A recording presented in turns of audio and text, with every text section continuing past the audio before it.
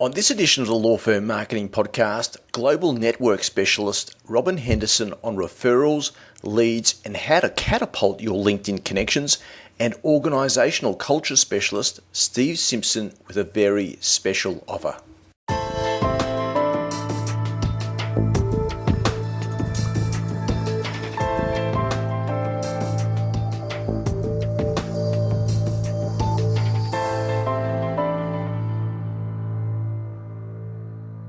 Thanks for joining me on this edition of the Law Firm Marketing Podcast, which is full to the brim with tools, techniques, strategies, and opportunities to grow your professional services firm, which is proudly brought to you by Grow Your Firm, the digital marketing company that is working with firms just like yours in Australia and the US.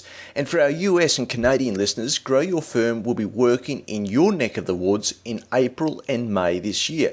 So if you want to connect, then I encourage you to make contact with Grow Your Firm at www.growyourfirm.com.au. That is www.growyourfirm.com.au. Now, you may remember that late last year, I was joined by Steve Simpson, an organisational culture specialist who introduced the concept of UGRs, or the unwritten ground rules that simply put are people's perceptions of how we do things around here, which of course are the key influences of culture in your firm. They're incredibly potent and powerful and illuminate the culture characteristics of your firm. Well, following that episode, I received numerous emails from people thanking me for it and wanting to know more. Well, following that podcast, Steve went away and did some research, and he is about to launch what will be the first culture benchmark study of professional services firms in the world. I caught up with Steve to learn more.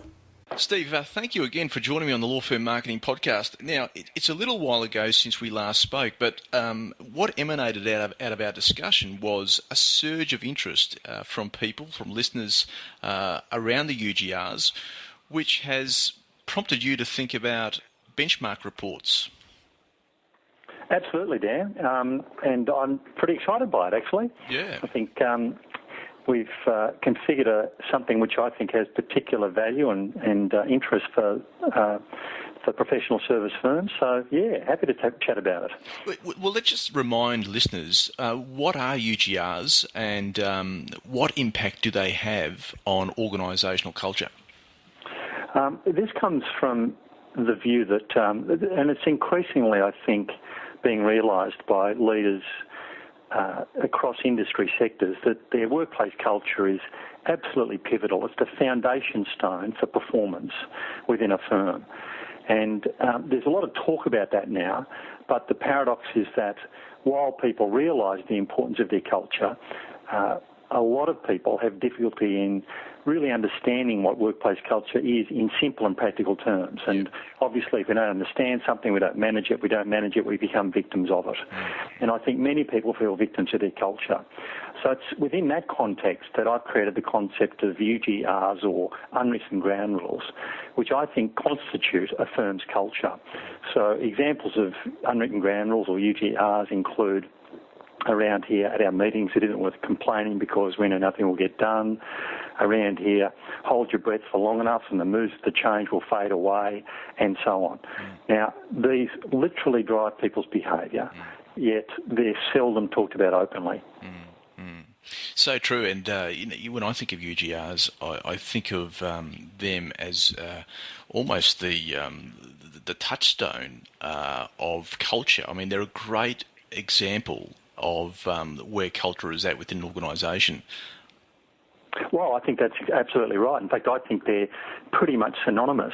Yeah. If you look up, the grandfather of the concept of organisational culture was Edgar Schein.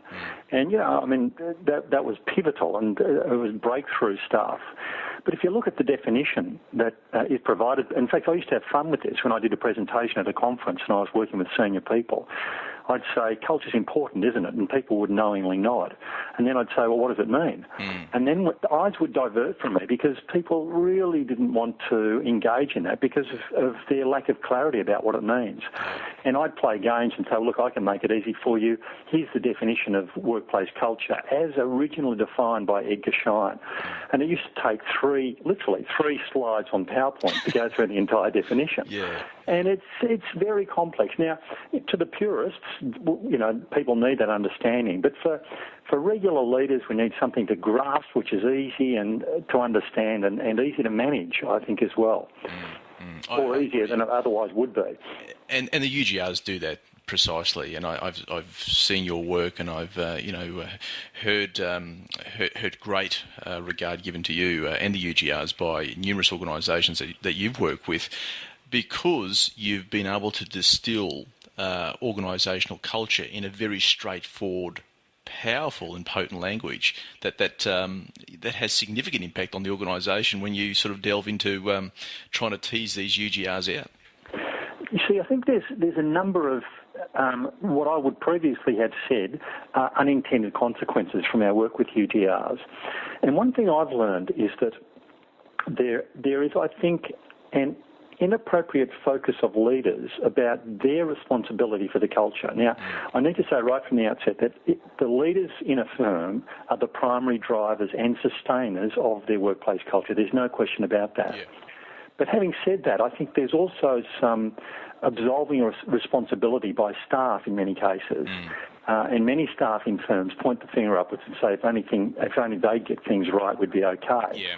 One of the consequences from our work on UGRs is that because it's such an accessible concept and people get it so easily, there's a growing realisation among staff that they too play in the game of UGRs.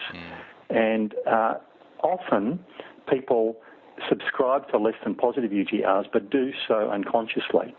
Once you learn about UGRs, that can no longer be the case. So I think one of the consequences is that there's a greater shared responsibility for the culture, shared more among leaders and staff than there previously has been. Yeah. And we talked more about that in the previous podcast, which I would urge listeners to go back and listen to. But look, what we're here to discuss, I echo your words as being exciting, because we're talking about a benchmark report that will specifically focus on professional services firms, particularly law firms. Tell me more about this. Well, of course, this was the brainchild that occurred as a consequence of us talking, Dan, and frankly, it's never been done before. But I think there's a wonderful opportunity not only to profile what the existing UGRs are within a professional service firm, but to benchmark that and to allow professional service firms to not only see the